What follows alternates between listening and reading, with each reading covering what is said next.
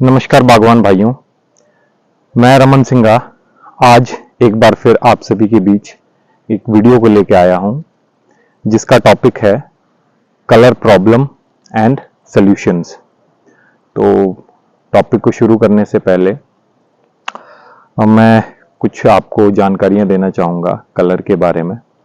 जो कलर है, fruit colour, ये हमारी मार्केट, हमारे एप्पल इंडस्ट्री और हमारा जो ईयरली प्रॉफिट है एप्पल फार्मिंग से, उस चीज़ को बहुत ज़्यादा डिटरमाइन करता है जो एप्पल का कलर है।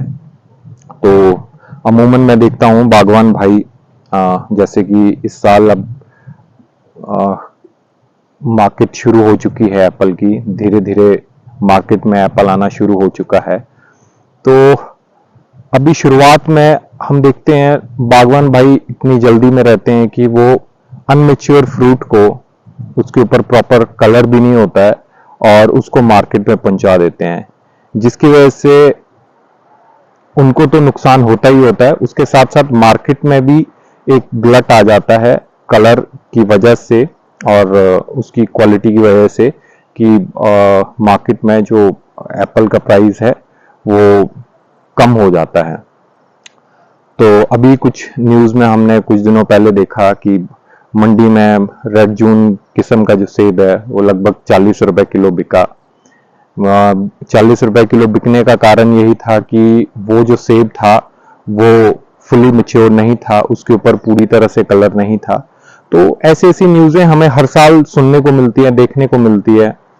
तो बागवान भाइयों, जहां तक एप्पल फार्मिंग का सवाल है, यहाँ पे हमारी जो मार्केट है, इंडियन मार्केट जो है एप्पल में, वो खाली कलर और अपीयरेंस के ऊपर बेस्ड है। जैसे अदर कंट्रीज की अगर हम बात करें तो वहां पे कलर और अपीयरेंस को उतना महत्व नहीं दिया जाता है जितना टेस्ट को दिया जाता है और उसकी जो क्वालिटी है उसको दिया जाता है।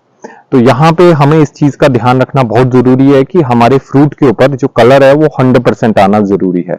तो इसी के चलते आज का जो टॉपिक है हमने लिया है, क्योंकि अब आने वाला जो टाइम है वो हम काफी जगहों पे फ्रूट हार्वेस्टिंग होने वाला है, तो उसके मद्देनजर रखते हुए मैंने आज का ये टॉपिक चुना, ताकि बागवान भाइयों को ये समझ में आ जाए कि हमारी जो साल भर की मेहनत है वो खाली इस कलर की वजह से कहीं खराब ना हो जाए।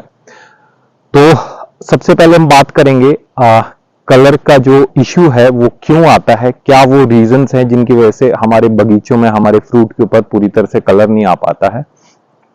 उसका सबसे पहला और सबसे बड़ा रीजन है बागवान भाइयों, हमारी जो प्लांट की कैनोपी है वो अच्छी नहीं रहती है, जिसकी वजह से सनलाइट जो है, बार बार मैं कहता हूं अपनी वीडियोस में कि सनलाइट बहुत जरूरी है एक एप्पल प्लांट के लिए। वो चाहे उसको बीमारियों से बचाने के लिए, उसके ऊपर अच्छी फ्रूट क्वालिटी लाने के लिए, उसकी एक अच्छी ग्रोथ के लिए, इन सब चीजों के सनलाइट का होना बहुत जरूरी है। तो जो एप्पल का कलर है उसको डिटरमाइन भी जो हमारा सन रेज है, हमारी जो सूरज की रोशनी है, वो बहुत ज्यादा इफेक्ट करती है। तो सबसे पहले जो हमारी प्लांट की कैनोपी है वो बहुत अच्छी होनी चाहिए। बहुत अच्छी होने का मतलब मैं यहाँ पे आपको क्लियर करना चाहूंगा कि जो सनलाइट है वो हमारे लगभग जो प्लांट है उसके हर एक भाग तक पहुंचे, उसकी हर एक पत्तियों तक पहुंचे, उसके हर एक फ्रूट तक पहुंचे, जिसकी वजह से कलर आना सुनिश्चित होता है। और अगर आपने देखा होगा जो हमारे बड़े रॉयल के पेड़ होते हैं उनमें लगभग जो 30% कैनोपी होती है उसके ऊपर एक बहुत अच्छा फ्रूट बन पाता है, और जो 70% कैनोपी होती है वहां पे फ्रूट नहीं बन पाता है, और जो 70% फ्रूट होता है वो 70% कैनोपी के अंदर ही रहता है। तो अंदर तक जब तक हमारे लाइट नहीं पहुंचेगी, सनलाइट नहीं पहुंचेगी, तब तक वहां पे वो कलर आएगा ही नहीं। चाहे हम जैसे आज की डेट में बोलते हैं हाई कलर स्ट्रेन जो वराइटियां हैं, बागवान भाई आजकल हाई कलर स्ट्रेन वराइटियों के पीछे जा रहे हैं। तो उसका रीजन क्या है? उसका सबसे बड़ा रीजन भी यही है कि बागवान भाई समझते हैं कि अगर हम हाई कलर स्ट्रेन वैरायटी लगाएंगे तो उसमें कलर अपने आप आ जाएगा। ऐसा कुछ नहीं है, उनमें भी हमें कलर लाने के लिए हमें सनलाइट पेनिट्रेशन का ध्यान रखना बहुत जरूरी है, और उसके लिए सबसे बहुत जरूरी है ये एप्पल प्लांट की जो कैनोपी है, ये बहुत जरूरी है। और जो ये कलर आना है फ्रूट के ऊपर, ये खाली एक स्प्रे की वजह से या फिर एक महीने में या एक दिन के अंदर नहीं आता है। ये बंडल ऑफ प्रैक्टिसेस हैं जो हमें विंटर प्रूनिंग से शुरू करनी पड़ती है और टिल आपके फ्रूट हार्वेस्ट तक ही चलती रहती है। तो इन चीजों को समझना बहुत जरूरी है कि हमें जब भी हम विंटर्स में प्रूनिंग करें तो हमारे दिमाग के अंदर वो जुलाई वाला पिक्चर हमारे दिमाग के अंदर क्लियर होनी चाहिए कि जुलाई के महीने में हमारे बगीचे की क्या हालत होती है और हमारा बगीचा कितना ज्यादा डेंस होता है। हमारी जो टहनियां हैं वो एक दूसरे के ऊपर ओवरलैप ना करें, टहनियों के बीच में एक प्रॉपर स्पेस हो, प्लांट के बीच में एक प्रॉपर स्पेस हो, जहां पे हमारी जो सनलाइट है बरसातों के दिनों में या फिर जुलाई अगस्त के दिनों में भी प्रॉपर वो सनलाइट वहां तक पहुंचे, जितना भी हमें सनलाइट उस महीने में मिलती है। क्योंकि जो जुलाई और अगस्त का महीना होता है बरसात का महीना होता है, तो यहाँ पे सन आवर्स जो होते हैं वो ऑलरेडी पहले से ही कम होते हैं, और अगर हमारी कैनोपी मैनेजमेंट सही नहीं है तो जो सनलाइट हमें मिलनी थी वो भी नहीं प्रॉपर मिल पाती है, जिसकी वजह से हमारा जो फ्रूट है वो कम कलर का ही निकल पाता है। और आगे चल के फिर हम जब मंडी में जाते हैं तो वहां पे हमारा सेब बहुत ही बुरे तरीके से पिटता है, और जिसका इफेक्ट हमारी साल भर की जो मेहनत होती है उसके ऊपर पड़ता है। तो सबसे पहला रीजन तो है कि हमें अपनी जो प्लांट कैनोपी है या फिर प्लांट प्रूनिंग, मैं सीधा सीधा कहूंगा कि जो हमारी प्लांट प्रूनिंग है वो सर्दियों में इस तरह से होनी चाहिए कि हमें हमारे प्लांट को सनलाइट है उसके अंदर तक वो पहुंचे, एक एक पत्ते तक, एक एक फ्रूट तक वो पहुंचे। तो इस चीज का ध्यान रखना बहुत जरूरी है सबसे पहले तो बागवान भाइयों को। और इसमें दूसरा जो हमारा सबसे बड़ा मेजर रोल प्ले करता है वो करता है नाइट्रोजन। मैं बहुत सारे बागवान भाइयों को देखता हूं कि नाइट्रोजन की बात हम करते रहते हैं। अगर हम बागवानी की बात करें तो यहाँ पे सबसे ज्यादा जो टॉपिक होता है, जो चर्चा का विषय होता है, वो होता है नाइट्रोजन। अब मुझे ये समझ नहीं आता है कि बागवान भाई नाइट्रोजन को ही क्यों इतना तवज्जो देते हैं, जबकि नाइट्रोजन जितना ज्यादा वो हमें फायदा देता है उससे ज्यादा हमें नुकसान भी देता है अगर वो एक्सेस चला जाए। तो मैं आपको थोड़ा सा इसको इलेबोरेट करूंगा, नाइट्रोजन किस तरह से हमारे बगीचे को, हमारे फ्रूट क्वालिटी को कम करता है। तो जो नाइट्रोजन का काम होता है वो होता है प्लांट की कैनोपी को तेजी से भगाना। तो जब प्लांट की कैनोपी तेजी से भागेगी तो उसमें क्या होगा कि आपके प्लांट की कैनोपी और प्लांट के जो शूट्स हैं और जो फ्रूट है उसके बीच में कंपटीशन रहता है। वो कंपटीशन किस चीज को लेकर रहता है? वो रहता है जैसे कैल्शियम है या फिर अदर जो न्यूट्रिशन है उनको लेके। तो जहां पे हर बार शूट जीत जाता है फ्रूट से, और अगर फ्रूट से शूट जीत जाएगा तो ऑब्वियस सी बात है हमारा जो फ्रूट है वो क्वालिटी का नहीं बन पाएगा। तो मैं आपको छोटा सा एक एग्जांपल दूंगा। जब भी हम ये इसको कैसे चेक करें कि हमारे बगीचे में नाइट्रोजन कितना है या कैसा है, जब भी हम लीफ एनालिसिस करते हैं, अगर लीफ एनालिसिस के दौरान हमारे बगीचे में नाइट्रोजन 0.1% अगर बढ़ा हुआ मिलता है तो उसकी वजह से हमारे पास 5% लेस कलर आता है। वैसे ही 0.2% होगा तो 10% कलर लेस आएगा, 0.3% होगा तो 15% लेस कलर आएगा, और इसी तरह से 0.4% होगा तो उस हिसाब से 20% लेस कलर हमारे फ्रूट के ऊपर आएगा।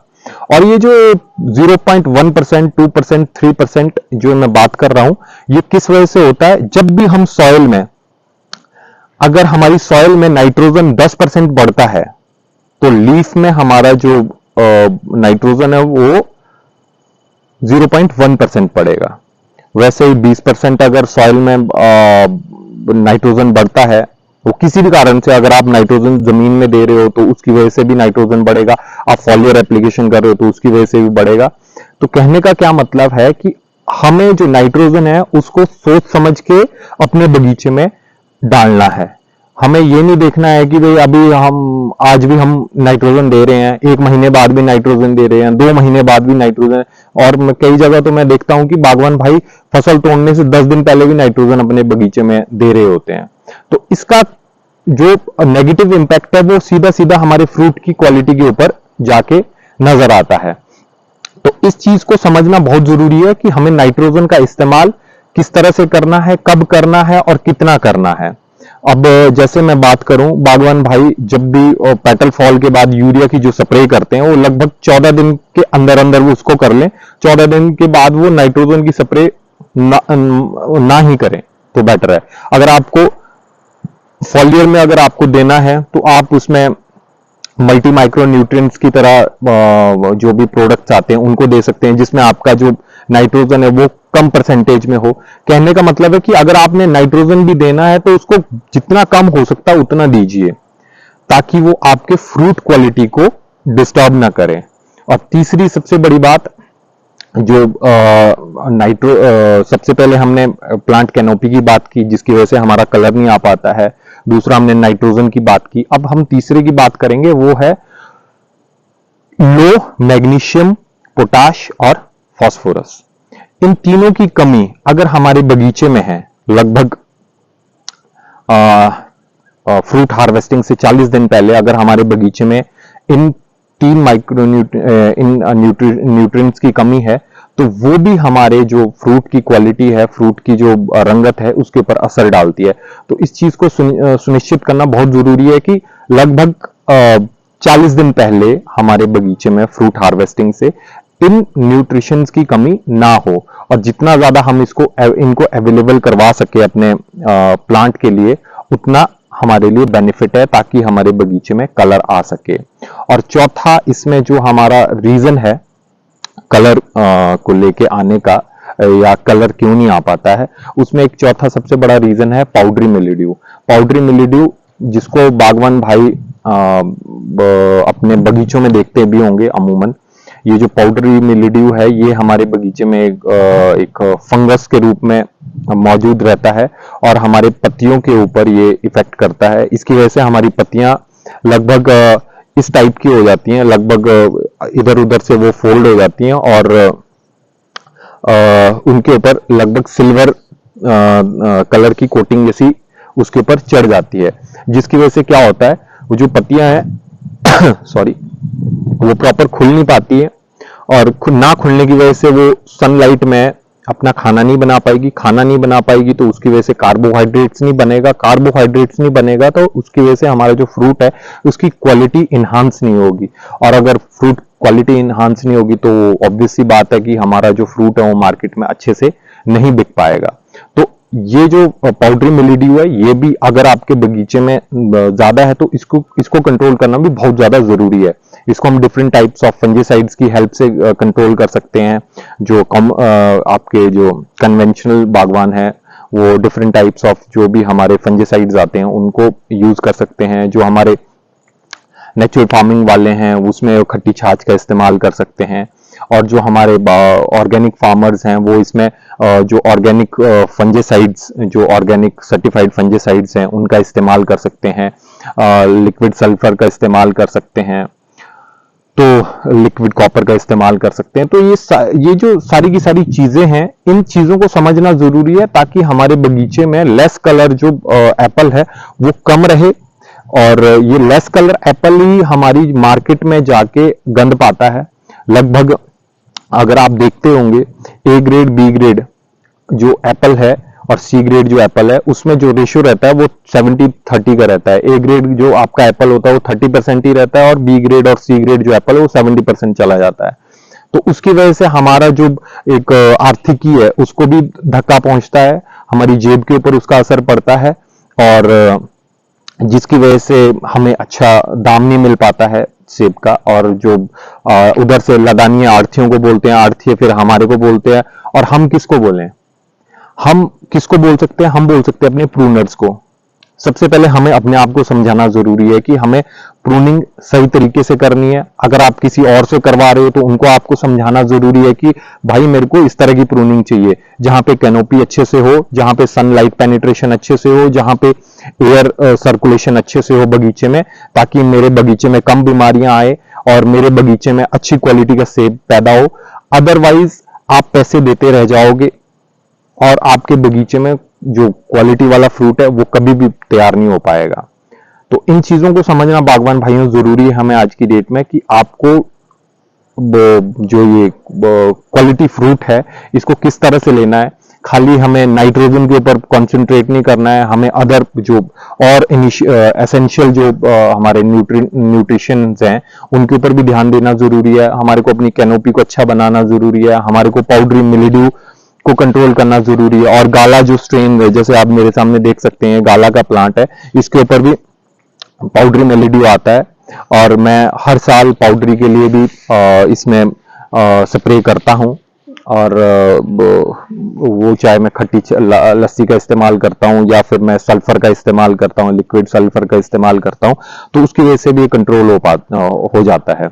लेकिन इस साल क्या हुआ है कि बार बार मुड़ मुड़ के जो पाउडरी मिलिड्यू है ये हमारे बगीचों में आ रहा है। उसका रीजन है जो लगातार ये बारिशें होती जा रही हैं एक पर्टिकुलर इंटरवल के बाद, इसकी वजह से ये जो पाउडरी मिलिड्यू है बार बार हमारे बगीचों में एंटर कर रहा है। तो इन चीजों का ध्यान रखना जरूरी है और अच्छी फसल के लिए हमें ये सारी प्रैक्टिसेस करना जरूरी है।